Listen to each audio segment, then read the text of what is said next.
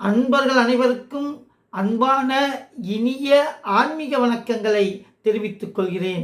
நம்முடைய திருக்கோயில்களிலே கும்பாபிஷேக நிகழ்ச்சி நடைபெறும். இந்த கும்பாபிஷேக நிகழ்ச்சியிலே கருடாழ்வார் வந்து அந்த கோபுர கலசங்களை சுற்றி வந்தால்தான் அந்த கும்பத்திலே இருக்கக்கூடிய நீரினை அந்த கோயில் கோபுரத்து கலசங்களிலே ஊற்றி அந்த புனித நீரை ஊற்றி கும்பாபிஷேக நிகழ்ச்சி நிறைவடையும். இந்த கருடாழ்வார் ஏன் வருகிறார், எதற்கு வருகிறார், எங்கிருந்து வருகிறார் என்பதையெல்லாம் அறிந்து கொள்வதற்கு முன்னால் நம்முடைய ராணி பாலமுருகன் யூடியூப் சேனலை சப்ஸ்கிரைப் பண்ணுங்க, பெல் பட்டனை அமுக்குங்க.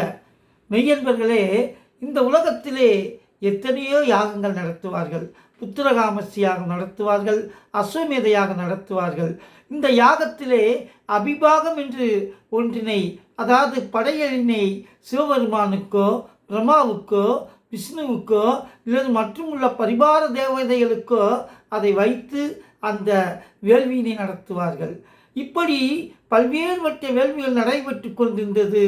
ஒருமுறை தர்ம யக்கியம் என்று சொல்லப்படக்கூடிய ஒரு யாகம் நடந்தது.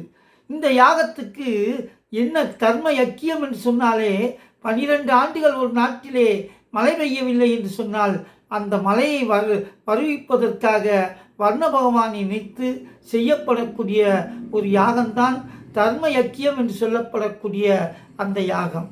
இப்படி ஒரு இடத்தில் இந்த தர்ம யக்கியம் யாகம் நடைபெற்று கொண்டிருக்கின்றது. அந்த இடத்துக்கு திரிலோக சஞ்சாரியாக திகழக்கூடிய நாரத மகரிஷி வருகிறார். வந்த நாரத மகரிஷி இந்த வேள்வியிலே இது தர்ம யக்கிய யாகமாக நடைபெற்று கொண்டிருக்கின்றது.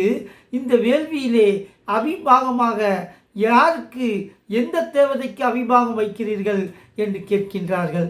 அப்படி கேட்கின்ற உடனே அங்கே இருந்த அந்த வேத விற்பனர்கள் எல்லாம் சொல்கிறார்கள், இது என்ன கேள்வி, சிவனுக்கும் பிரம்மாவுக்கும் விஷ்ணுவுக்கும் தான் இந்த அபிபாகத்தை நாங்கள் வைக்கிறோம் என்று சொன்னார்கள்.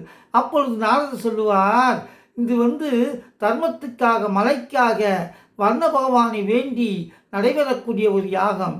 எனவே இந்த யாகத்துக்கு சாத்வீக குணம் யார்கிட்ட இருக்கோ, சாத்வீகம் என்று சொன்னால் அன்பான அமைதியான குணம் யாரிடம் இருக்கின்றதோ அவருக்குத்தான் நம்ம என்ன செய்யணும்னா அபிபாகத்தை தரணும் அப்படின்னு நாரதர் சொல்கிறாரு. அப்போ எல்லாரும் சரித்தேங்காங்க.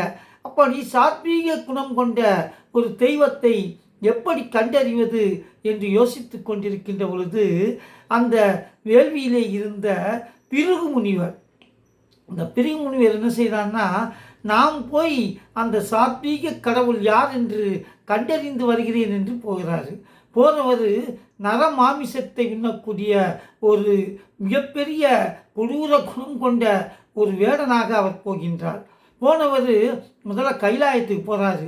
நரமாமிசத்தை தின்று கொண்டே போகின்றார்.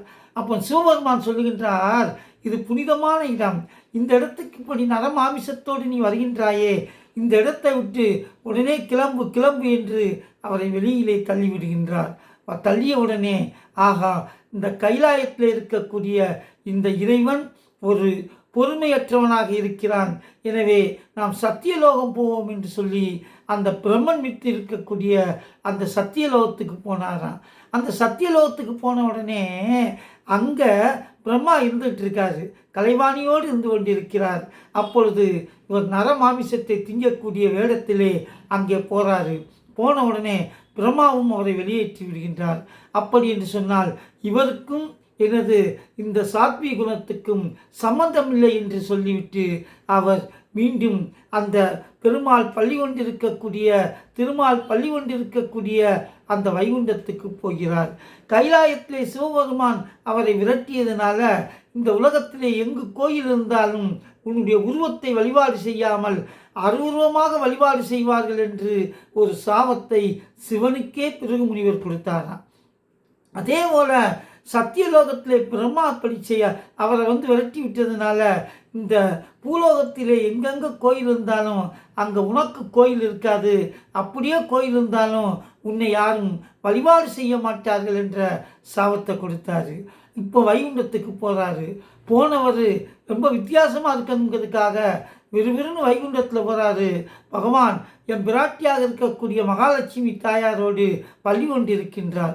போனவர் விறுவிறுன்னு தன்னுடைய கால்களை ஓங்கி நம்முடைய பெருமாளாக இருக்கக்கூடிய திருமாலுடைய மார்பினிலை உதைத்து விடுகின்றார். உதைத்தவுடனே திருமாலோ அந்த கால்களை பிடித்து கொண்டு, இதற்கு ஏன் இவ்வளவு வேகமாக உதைக்க வேண்டும்? இப்படி வேகமாக உதைத்ததுனால உங்கள் கால்கள் நோகுமே என்று அந்த காலை வருடி விட்டு கொண்டிருந்தாராம். அப்போ பிருகு முனிவர், ஆகா, மிதித்த என்னையே இவ்வளவு அன்பு பாராட்டுகிறார் என்று சொன்னால் இவள்தான் சாத்வீக குணத்துக்கு சொந்தக்காரர் என்று அந்த பிருகு முனிவர் நினைக்கின்றார். அப்படி வருடி விட்டு கொண்டே இருக்கின்ற பொழுது பிருகு முனிவருடைய காலில் ஒரு கண்ணு உண்டான். அது அகக்கண் என்று சொல்லுவார்கள். அந்த அகக்கண்ணை வருடி விட்டது போல பகவான் என்ன செய்தான்னா பிடிக்கிறாரு. அகங்காரம் என்று சொல்லப்படக்கூடிய அந்த அகக்கண் அழிக்கப்படுகின்றது. உடனே பிருகு முனிவர் இதை அறியாமல் திருமால்கிட்ட, இவ்வளோ சாத்வீக குணம் கொண்டவராக இருக்கீங்க, அதனால இந்த பூலோகத்திலே எங்கே கும்பாபிஷேகம் நடந்தாலும் அங்கே உங்களுடைய வாகனமாக இருக்கக்கூடிய கல்டாழ்வார் வந்தால்தான் அந்த கும்பாபிஷேகம் நிறைவடையும். எனவே கல்டாழ்வார் வந்து 3 முறை வட்டமிட்டால்தான் அந்த கலசத்திலே கும்ப நீரை, புனித நீரை தெளிப்பார்கள். எனவே 12 ஆண்டுகளுக்கு ஒரு நிறைவேறக்கூடிய கும்பாபிஷேகத்துக்கு எங்கிருந்தாலும் கல்டாழ்வார் வர வேண்டும் என்று அவர் வேண்டுகின்றார். அப்போ பகவான் சொல்கிறாரு, எங்கே கும்பாபிஷேகம் நடந்தாலும் அங்கே கல்டாழ்வார் வந்து நிச்சயமாக வட்டமிடுவார். அவர் வட்டமிட்ட பிறகுதான் அந்த குடமுழுக்கு விழா நிறைவடையும் என்று பகவான் சொல்லுகின்றார். சொன்ன உடனே இவர் பிருகு முனிவர் வந்து, அப்போ சாத்வீக குணம் கொண்ட தெய்வம் தாங்கள் தான் என்று வணங்குகின்றார்.